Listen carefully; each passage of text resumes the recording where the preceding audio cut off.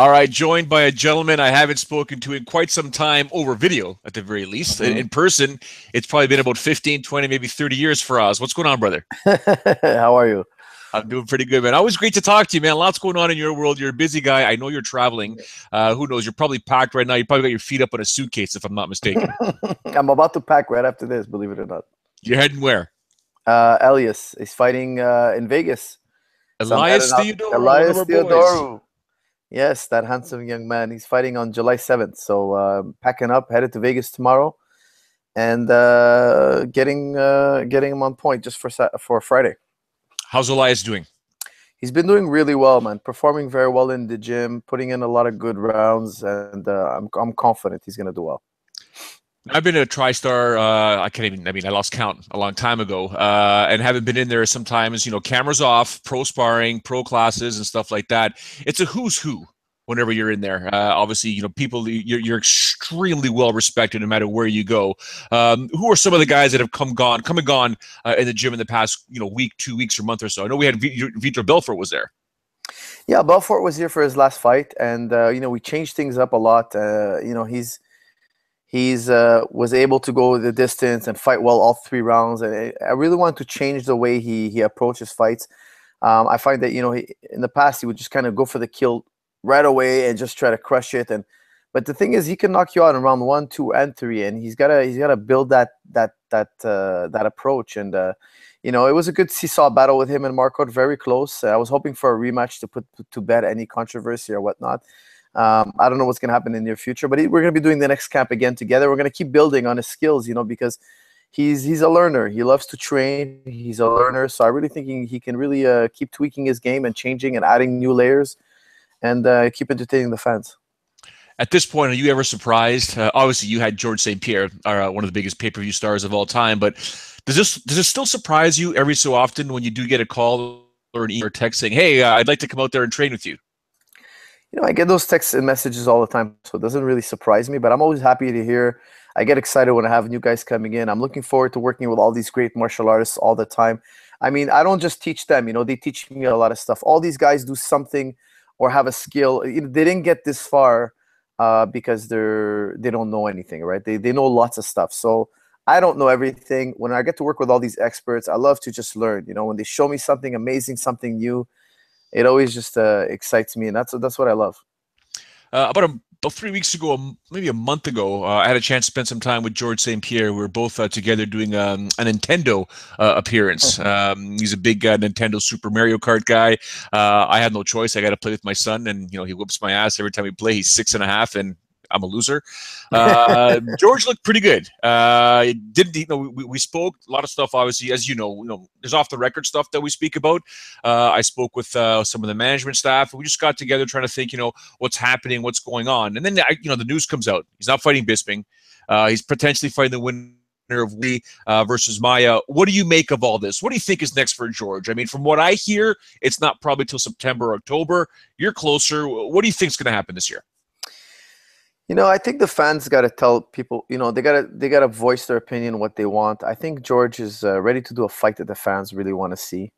And there's been other names thrown around, but it seems like it's a little bit complicated. It seems like there's always one side that's not happy or ready to go or whatnot. So for me, I think it's going to happen soon. But I really want the fans, I would love to hear the fans. What do they want to see? And just egg on the UFC, egg on, all the sides, the different sides that are in power. And we got to make it happen sooner or later. It's just been too long, I think. It's just been too long. I love the Bisping fight. I thought that was amazing. I also do like the winner between Maya and Woodley. But the thing is, I don't know if George wants to be world champion at welterweight again and defend that title as he used to do. I don't know if he wants to go to that lifestyle anymore. And that's a question only he can answer. It's a lifestyle. George won't do it halfway. He's going to go complete extreme, full preparation, all that. How many times can he do that? Is he going to do 2-3 years of that? I don't know. It's really up to him. So for me, I don't know if he has that answer, to be honest with you. I think he's in his mind, Bisping was a mega fight, and whatever happens after that fight, it's not really, something he's going to think about. It was such a perfect fight, But we got to find something really interesting, really something the fans want to see, something that's going to be historic. If it's not historic, I don't know if he'll come back. Well, I can draw a bunch of parallels right now as I gently move the pawns, the rook, the queen, the bishop around this board. You want a mega fight. The mega fight's going to happen August 26th, not in mixed martial arts. It's going to happen in boxing. But after that, you want to talk about a mega fight. You give me Georges St-Pierre, Conor McGregor, Dallas Stadium.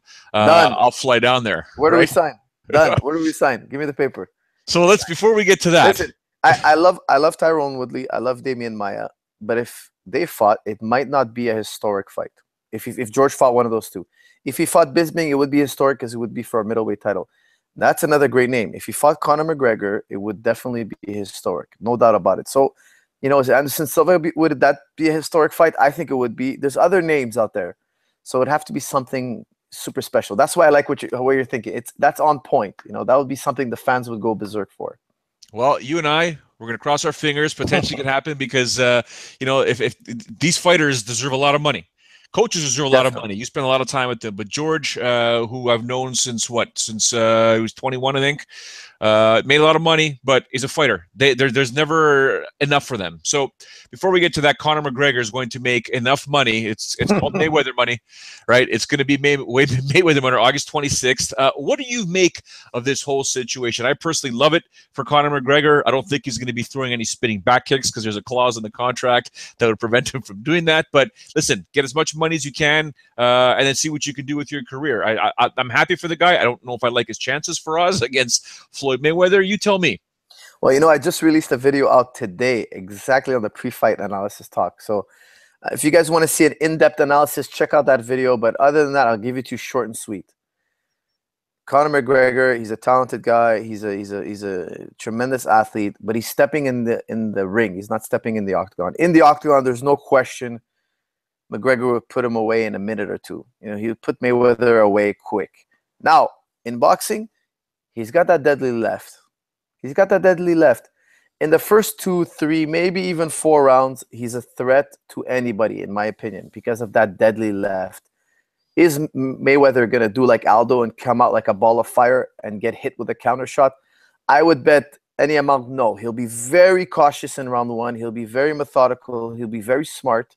He'll throw just enough punches to win the rounds. And then he's going to turn it up after 3, 4, 5. After he feels Conor's power and he gets his number, he's going to ramp it up. He's going to ramp it up with a lot of volume. And I think that's what the fight's going to look like. Before we let you go, we know you got to get going. You got to pack. You got to go to Vegas.